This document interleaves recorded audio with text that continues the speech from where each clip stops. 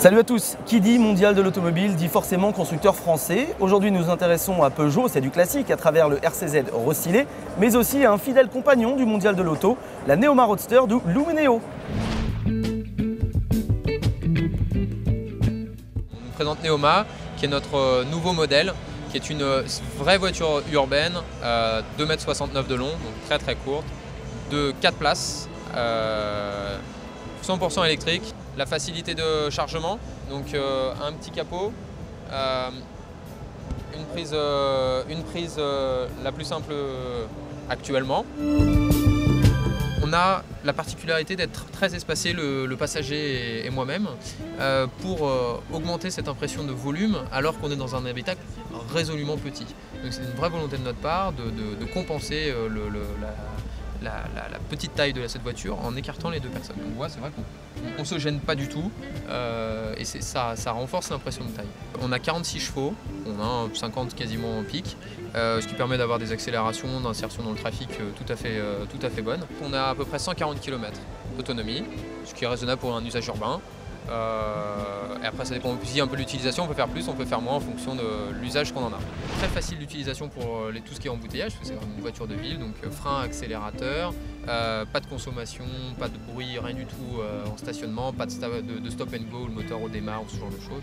On est vraiment sur une utilisation très simple pour un usage urbain. On a fait aussi une déclinaison un peu plus fun, premium de Neoma, donc Neoma Roadster, qui est un concept car qu'on présente en avant-première à Paris. On a une vraie voiture, à la fois électrique, à la fois vraiment plaisir. Le prix dans la voiture, c'est 14 000 de voiture, 11 000 de batterie. Elle est à livrer à partir de fin novembre, donc elle est disponible à l'essai, 56 rue Michel-Ange dans le 16e arrondissement, dans notre magasin, et à la livraison à partir de fin novembre. Chez les principaux constructeurs français, sans doute que Peugeot est la marque du mondial.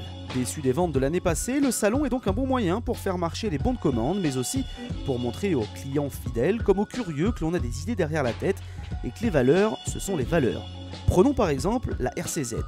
Pas de grande révolution, mais des changements qui offrent de ce fait un nouvel état d'esprit au coupé. Dans les grandes lignes, on note des traits plus adoucis, sans perdre, il est vrai, le ton sportif et donc agressif de la voiture. Sans doute que la calandre flottante fait tout de même au RCZ une auto un peu moins impressionnante. Vous pourrez en revanche à souhait modifier les arches de toit et profiter de nouvelles jantes en plus de coloris différents. Quant à la modernisation des équipements, elle ne se voit finalement que très peu, mais élégamment, allumage automatique des phares, capteur de pluie et logiciel de son 3D sont présents. Sous le capot, rien à signaler non plus par rapport à l'ancienne version. Espérons donc que le RCZ Concept, également visible sur le salon, puisse modifier la donne. Premier kilomètre prévu en tout cas, début 2013, notez-le.